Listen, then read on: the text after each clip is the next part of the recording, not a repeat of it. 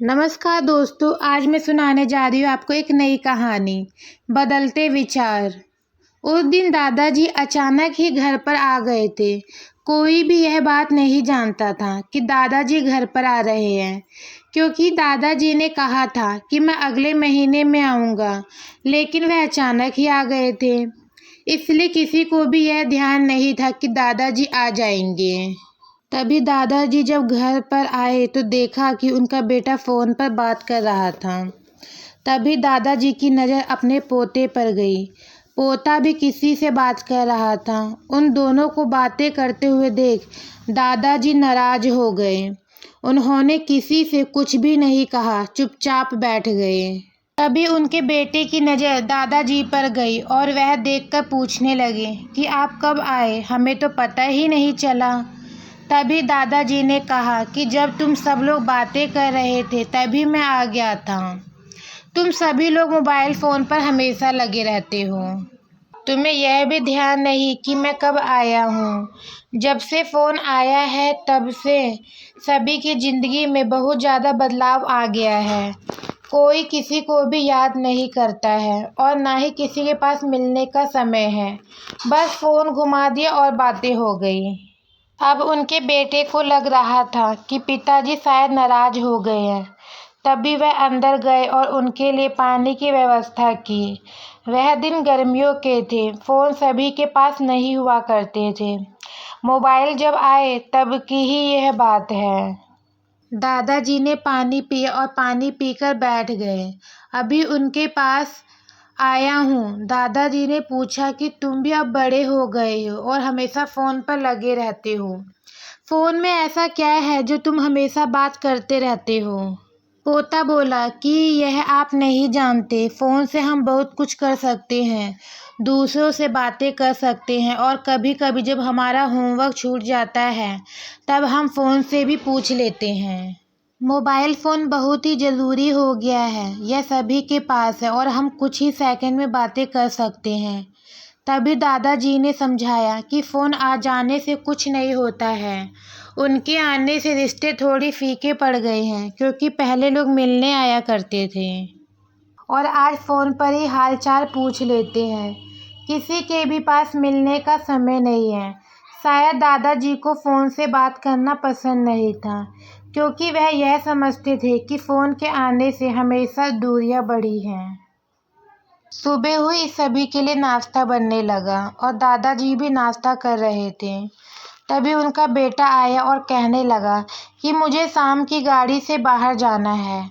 मुझे आने में 2 दिन लगेंगे और 2 दिन बाद मैं आ जाऊंगा। तब तक पिताजी यहीं पर रहेंगे। उसके बाद वह ऑफिस चले गए। जब शाम को आए तभी उन्होंने कहा कि मेरा सामान जल्दी से पैक कर दो। उसके बाद उनका सामान पैक कर दिया गया और खाने की भी तैयारी की, क्योंकि शाम को उन्हें निकलना था और रात 9 बजे की गाड़ी थी। वह 9 बजे गाड़ी से उन्हें बाहर जाना था। दादाजी बैठे अखबार पढ़ रहे थे और पूछ रहे थे कि यहाँ पर क्या क्या काम होगा। तभी उनके बेटे ने बताया कि वहाँ पर मुझे कंपनी के काम से जाना है और उन्हीं के काम करके मैं 2 दिन में वापस आ जाऊँगा। तब तक आप यहाँ पर आराम से रहें और सबका ध्यान रखिए। अपना सारा सामान लेकर जल्दी ही स्टेशन की ओर निकल गए और उन्हें यह भी याद नहीं था कि उनका मोबाइल वहीं पर छूट गया है।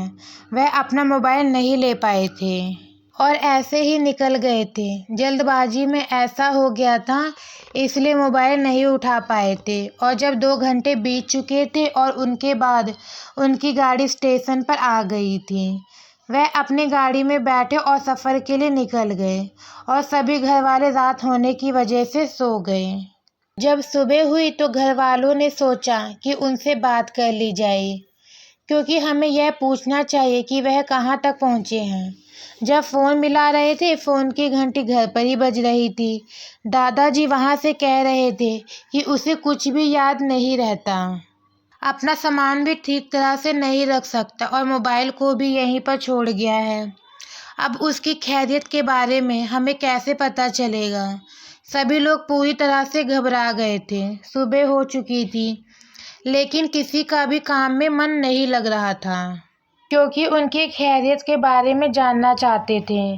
तभी उनके मोबाइल पर एक फ़ोन आया। वह फ़ोन उन्हीं का था, क्योंकि उन्होंने किसी से मोबाइल लेकर बात की और कहा कि मैं ठीक तरह से पहुंच गया हूं, मेरा मोबाइल घर पर ही रह गया था, इसलिए मैं तुम लोगों से बात नहीं कर पाया। जब उनका फ़ोन आया तब सभी लोग शांति से बैठ गए, क्योंकि अब यह समझ चुके थे कि खैरियत से पहुंच चुके हैं। जब तक फ़ोन नहीं आया था उनके मन में हमेशा परेशानी थी। दादाजी ने आज पहली बार सबको ऐसा करते हुए देखा था। वह समझ चुके थे कि मोबाइल होना बहुत बड़ी बात है। अगर आज उसके पास मोबाइल होता तो कोई भी घर पर परेशान नहीं होता।